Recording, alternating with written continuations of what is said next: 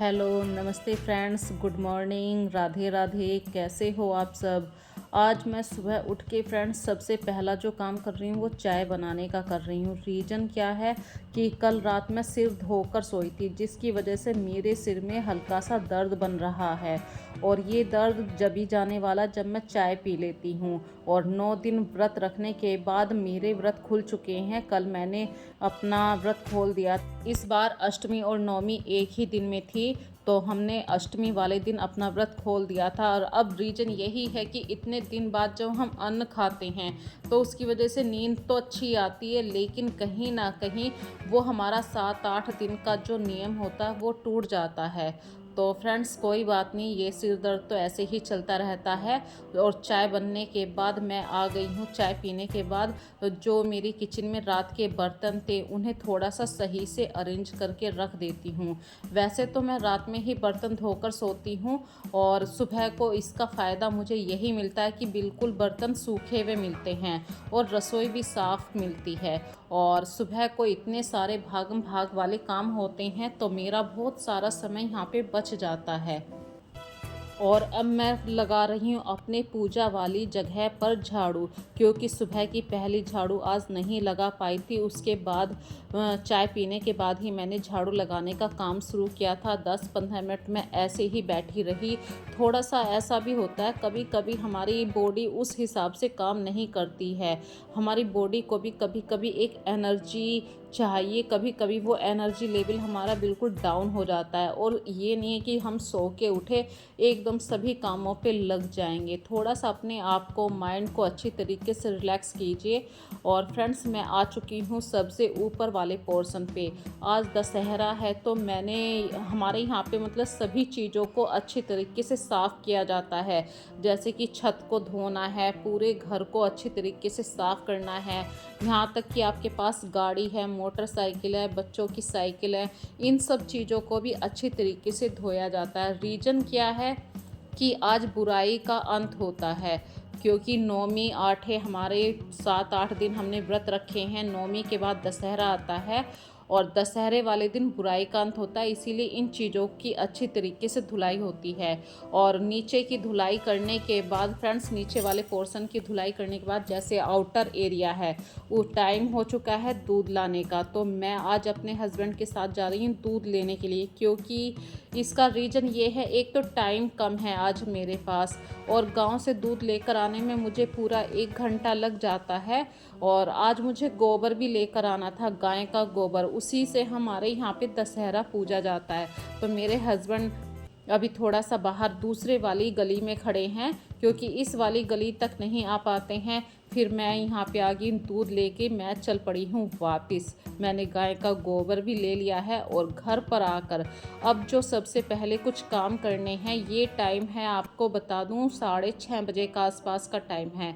अभी आधे घंटे में जो हमारे घरों से जो कचरा लेने के लिए आते हैं वो भी जल्दी आने वाले हैं। भाई वो लोग भी आज दशहरा मनाएंगे, तो वो कल बोल के गए थे कि कल हम जल्दी आएंगे।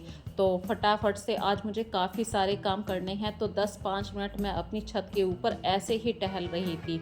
देखिए, जब तक आपका मन नहीं करता है उस काम को करने के लिए, आप मत करिए।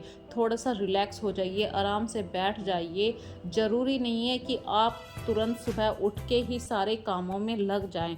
अपने लिए भी थोड़ा सा समय निकालना ज़रूरी है। और फिर मैंने अपने पौधों को, इन प्लांट्स को पानी देना शुरू करा और साथ में पूरी छत की धुलाई भी करनी शुरू कर दी, क्योंकि ये वाला जो पोर्शन है ये फ्रेंड्स सबसे ऊपर का पोर्शन है। और यहीं पे मैंने अपने बाथरूम को भी बनवा रखा है, जहाँ पे मैं अपने कपड़ों को वॉश करती हूँ, यहीं पे मैं सुखा देती हूँ। तो जो कपड़े धोने वाला एरिया है वो यहीं पे है, तो इस एरिया को मैं अक्सर साफ़ रखा करती हूँ। अदरवाइज़ प्लांट्स की जड़ों से इतनी सारी मिट्टी भी निकलती है, यदि कोई कपड़ा गिर जाता है वो भी गंदा हो जाता है। तो ये पोर्शन तो मैं अच्छे तरीके से साफ़ डेली ही किया करती हूँ।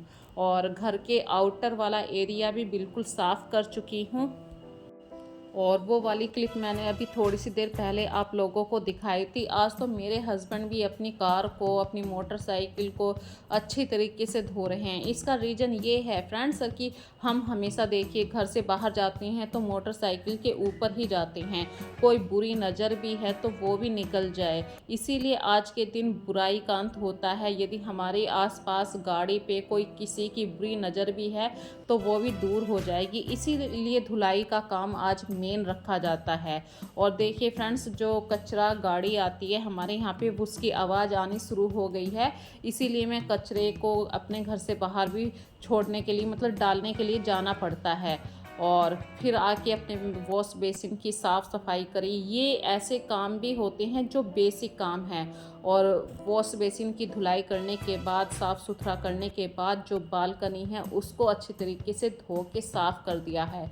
और घर में झाड़ू पोछा अच्छी तरीके से हो चुका है। अब बारी है बस नहाने की। तो फटाफट से मैं जाती हूँ नहाने के लिए। मैंने अपने कपड़े ऊपर ही टांग दिए थे ताकि बार बार ऊपर से नीचे नहीं आना पड़े। और नहाने के बाद फ्रेंड्स, इतनी सारी तैयारियां करनी पड़ती हैं। जो मैं गाय का गोबर लेकर आई थी, उसकी मतलब 10 या 11, मतलब छोटी छोटी सी पथोलियाँ बोलते हैं हमारे यहाँ पे, तो वो बनानी है। उनके ऊपर सतिया बनाना है आटे से और हल्दी से।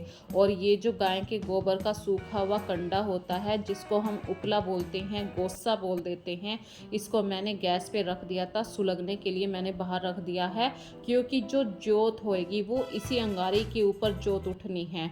और इस बीच में मैंने दाल चावल भी रख दिए हैं क्योंकि नहाने के बाद, पूजा पाठ करने के बाद बच्चों को खाना भी चाहिए। भाई, भूख लगने का टाइम हो रहा है। और आज हमारे यहाँ पे दाल चावल बनेंगे, बिल्कुल सिंपल सा खाना।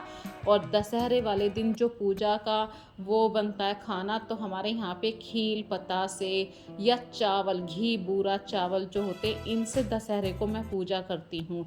तो फ्रेंड्स, यदि आपका जो ट्रेडिशन होता है, ट्रेडिशन खाना बनता है, तो वो बनाइए। सबके अपने अपने रीति रिवाज होते हैं। तो हमारे यहाँ पे तो देखिए खील पतासों से ही दशहरा पूजा जाता है, जोत उठाई जाती है। और आज ही के दिन, दशहरे वाले दिन, जो मैंने अपनी सांझी माता लगाई थी, आज इनका विसर्जन भी होना है शाम के वक्त में। तो मैंने अभी अपनी शेरों वाली माता को उनकी जगह से थोड़ा सा हिला दिया, सांझी माता को भी हिला दिया।